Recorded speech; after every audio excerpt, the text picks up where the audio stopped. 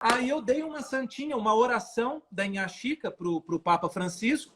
Ele me surpreende, ele eleva essa oração e fala Inha Chica, né? E aí essa foto, esse registro aí desse momento.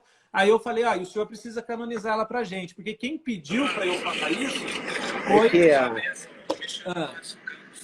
Aí, é uma imagem que tem 2 minutos e 4 segundos. Foi o meu encontro com o Papa Francisco, 2 minutos e 4 segundos, mas para mim parece uma eternidade, é tanta coisa que Mas ele já tinha ouvido falar em Chica?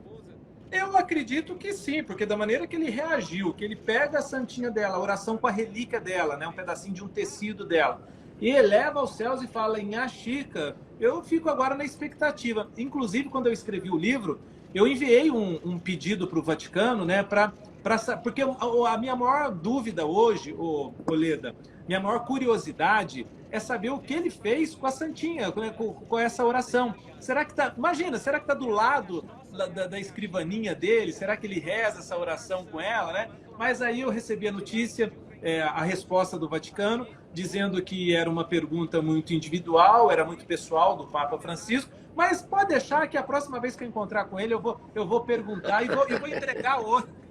E vou entregar outra. Leve outra. Leve outra pelo seguinte, ele deve receber um monte de coisa. Então, a chance dele não estar com ela em mãos ou perto dele é grande. Não por não querer, mas pela confusão que deve ser, né? Ele deve dar para alguém guardar e a gente não sabe se a pessoa que guarda, né, guarda direito. Enfim, leve outra.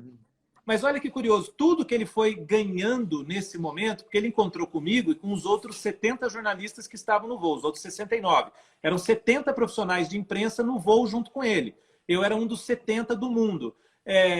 E do Brasil eram só 10 profissionais. Então, tudo que ele ia recebendo, até do presente, tudo que era o secretário dele, né, o ajudante de ordens que estava do lado dele, que ele dava tudo para ele. Ele ia passando, na imagem dá para você ver, ele ia passando. Só que a hora que ele pegou a santinha, a oração que eu dei para ele em Chica, ele colocou no bolso, ele colocou dentro da batina dele, entendeu? Ele guardou com ele não entregou para alguém, né? Isso que chama mais a atenção e isso que me deixa mais feliz ainda desse interesse dele, óbvio, né? Do respeito e do interesse dele por legal, né? Agora não estou conseguindo abrir de novo, ó. É um problema isso, né? Congestionou por causa da audiência, foi isso? Não, porque... eu quero dar um... Aparece você aqui falando com ele e tal. Eu vou colocar essa imagem. Legal. Mas para quem não vai assistir aqui no Instagram, é bom que a pessoa veja. Aí você entregou tudo para ele e você decidiu escrever o livro em agradecimento. Então, foi obrigado pela graça alcançada, é isso? Exatamente. O livro é isso. Em vez de eu colocar num jornal, venho através dessa mensagem, né, agradecer por uma graça alcançada através de Inha Chica, eu fiz um livro, né? E nesse livro, Leda, Você conta outras histórias dela, outros milagres? Conto. Eu conversei com a primeira, a miraculosa, né, com a senhora que mora em Caxambu, que foi quem teve o primeiro milagre reconhecido pelo Vaticano. É uma senhora que estava com um problema no coração, fez o exame de imagem identificou um problema, aí passou um tempo, ela foi fazer um outro exame para poder fazer a cirurgia, só que na véspera da cirurgia ela fez esse exame pré-operatório, o problema que ela tinha no coração tinha desaparecido, já não tinha mais e ela tinha rezado para Inha Chica. E assim, da maneira que eu estou falando, parece muito simples, simplório talvez, né, do jeito como eu estou colocando, mas é muito mais complexo, muito mais intenso toda essa história e como o Vaticano também faz os estudos para que a comissão do Vaticano, que estuda todos os casos de milagres, pode chegar à conclusão de que aquilo é um milagre. Ou seja, são médicos, são profissionais da saúde, médicos que falam assim, a medicina não explica isso. Os médicos dizem, muitos médicos não vão falar é um milagre, mas a medicina não consegue explicar isso. Se a medicina não explica isso, é um milagre. Então, é uma comissão muito rígida, muito dura, né? Porque nós estamos falando de vida, nós estamos falando de fé, nós estamos falando de perseverança, de esperança, né? De crença e de medicina também. Então, o primeiro milagre foi reconhecido e agora existe aí o estudo para se obter, para se reconhecer o segundo milagre, para que ela possa se tornar santa. Mas para nós, para muita gente como eu, E o ela já segundo é... milagre já aconteceu? Então, como é que é esse processo?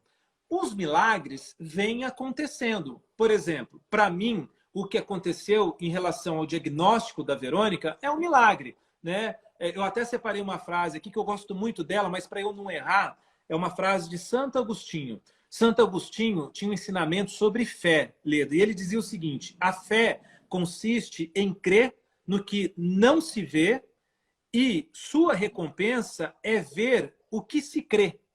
Então, eu estava crendo, né, que eu teria o diagnóstico da Verônica e eu precisava ter fé que eu iria conseguir esse diagnóstico através da intercessão de Inha Chica. Então, eu tive fé, eu estava crendo nisso, né? E a minha recompensa foi ver no que eu acreditava enquanto fé. Então, os milagres vêm acontecendo. Agora, esses milagres, por isso que o seu canal, nesse momento, é importante, por quê? E é o que o padre Edinho estava me dizendo hoje.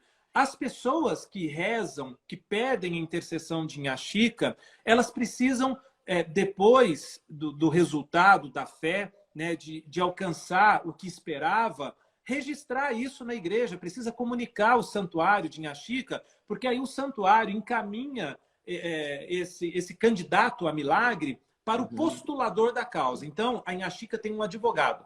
A igreja contrata um advogado, esse advogado vai ser o postulador da causa, ele que vai defender a causa de um santo. E o de Inha Chica é um italiano que, nesse momento, ele trabalha pela postulação de 60 candidatos a santos no mundo inteiro. Dos 60 candidatos a santos, uns 30 mais ou menos, quase a metade, é só do Brasil. Ele trabalha para o Vaticano reconhecer mais de 3 dezenas de candidatos a santos aqui no Brasil. Então, é muito sério esse processo, só que a igreja precisa do apoio dos fiéis que rezam para os seus santos, né, para que essas pessoas... E relatem suas histórias.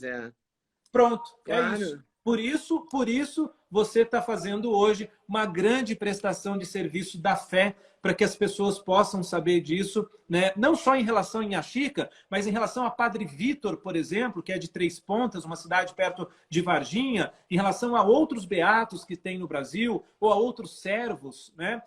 Porque você, para ser reconhecido como santo, você precisa passar por um processo. Então, você recebe primeiro um título, bem-aventurado, servo de Deus, e aí vai até beato e depois santo. Então, a igreja vai reconhecendo passos, né, do que essa pessoa representou em relação à fé, do que ela foi para as outras pessoas, para o mundo, para a igreja, no comportamento dela e em relação à fé. E é muito importante porque a gente vive um momento de muito pouca fé, né? Um momento em que a fé cristã, a fé católica, tem sido muito agredida, né? Você não viu aquele rapaz que agrediu, entrou no meio da igreja no sul, não é? As imagens de quem acredita nas igrejas de origem africana quebradas. Enfim, as pessoas andam repudiando a fé alheia, se é que eu posso usar essa expressão, em vez de respeitar a fé do outro e buscar a sua própria fé, além de não buscar a sua própria fé, né, repudiam a fé do outro. Então, é um momento muito esquisito do mundo, né? E um momento que a gente precisa tanto da fé, tanto da igreja, tanto da religião, não é? Porque a gente está vivendo um momento muito esquisito. O mundo está de cabeça para baixo, né? Onde está se perdendo a esperança, né? E fé, no meu caso, traz esperança. E assim, acho que no caso de muita gente, mas eu queria deixar claro também, Leda, que assim, na minha convicção religiosa, eu tenho fé. Mas pode ter outro que tem que vive uma filosofia de vida, que isso significa otimismo, né? Mas o mais importante é você ter esse caminho do bem, né? Esse caminho de esperança, esse caminho de respeito, esse caminho, inclusive, de você ajoelhar, porque o sinal de ajoelhar é um sinal de grandeza. Então, de grandeza perante a quem? perante a Deus, que eu acredito, ou perante a um ser superior que o outro acredita, que tem uma filosofia de vida, né? Ou o outro que acredita que é importante ser otimista, ter pensamento positivo. Eu acho que tudo isso, né, o pensamento positivo, o otimismo, a fé, né, a esperança, ela tem que estar com cada um, porque todos têm um caminho só, é o caminho do bem, né? Todos têm um caminho do bem. Então, eu acho que tudo isso traz esperança para a gente, que é o que a gente precisa, né, de esperança, né, Leda? Gostou do corte que você acabou de ver? Vale a pena conferir com certeza, né? Então vai conferir muitos outros cortes no canal de cortes Leda Nagli. É claro que a entrevista completa você vai conferir no YouTube Leda Nagli, canal Leda Nagli do YouTube, você não pode perder de jeito nenhum. Valeu, tô te esperando, hein? Vem nessa!